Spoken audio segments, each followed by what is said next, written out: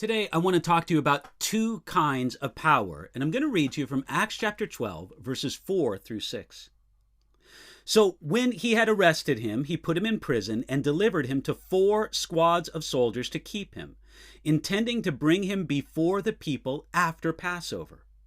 Peter was therefore kept in prison, but constant prayer was offered to God for him by the church.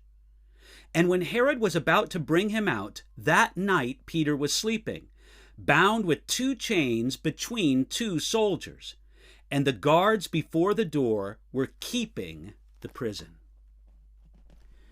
The first of the apostles had just been martyred a few verses before this in Acts chapter 12.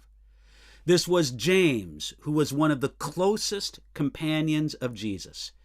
One of the 3, Peter, James, and John. Yet Herod, after killing James, was not satisfied.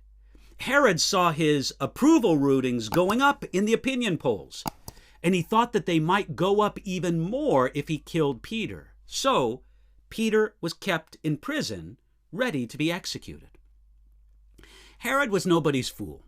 He knew that the apostles were famous for mysterious jail escapes. Acts chapter 5, verses 17 through 21 is a good example of one.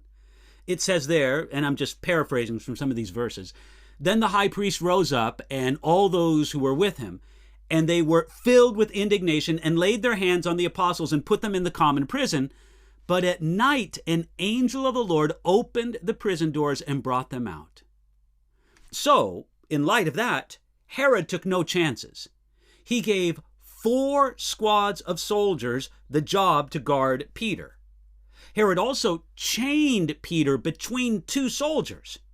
Normally, a maximum security prisoner would be chained to 1 soldier. Herod gave Peter 2. So, Herod had his soldiers and his prisons, but the church had the power of prayer.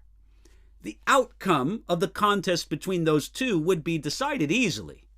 The prison was shut up securely, but when every other gate is shut and locked, the gate to heaven is wide open. The church took advantage of the open gate to heaven through their earnest prayers. Most remarkably, Acts chapter 12 shows us that Peter showed no signs of anxiety.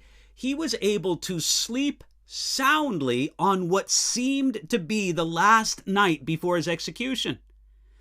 Peter could do this because he had something stronger than the best gates, the best guards, the best chains. Peter had the promise of God in John chapter 21, verse 18.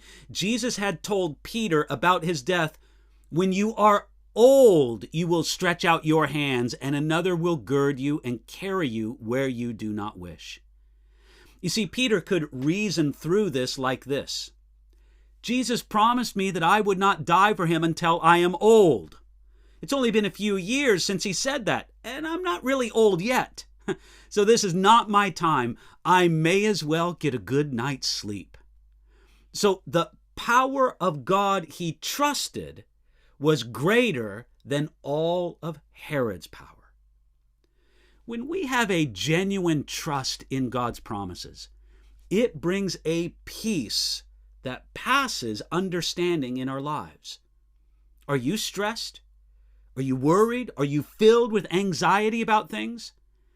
Then one way to address this is to get your eyes off of your circumstances and fix your eyes on the promises that God has made. Then you can be peaceful enough to sleep, even in the most desperate times. Remember God's promise for you today. Psalm 127, verse 2, God gives his beloved sleep.